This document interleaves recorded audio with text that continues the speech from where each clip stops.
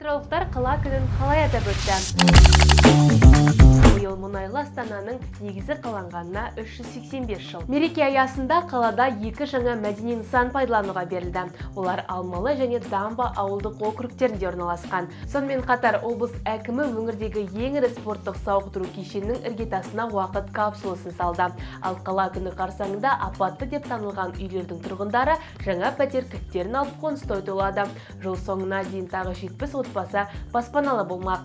Мерекелік іс-шаралар мұнымен шектелген жоқ. Қала орталығында атыраулық кәсіпкерлердің Атырауда жасалған көрме жәрмеңкесі өтті. 100-ден астам қатысушы өз өнімдерін халыққа ұсынды. Кешкісін 10 мыңнан астам көрермен жиналған гала-концерт өтті. Эстрада жұлдыздары өнер көрсетіп, мереке әсерлі отшашумен аяқталды. Ал жексенбіде қала тұрғындарының күні ерте басталды. Ерекше көңіл күйдегі 2 мыңнан астам әуесқой спортшы 5, 10, 21 және 42 шақырымды қашықтықтарда Атырау марафон 2025 жарысына қатысты. Міне осылайша мұнайлы Астананың тұрғындары өздерінің сүйікті қаласының туған күнін ерекше атап өтті.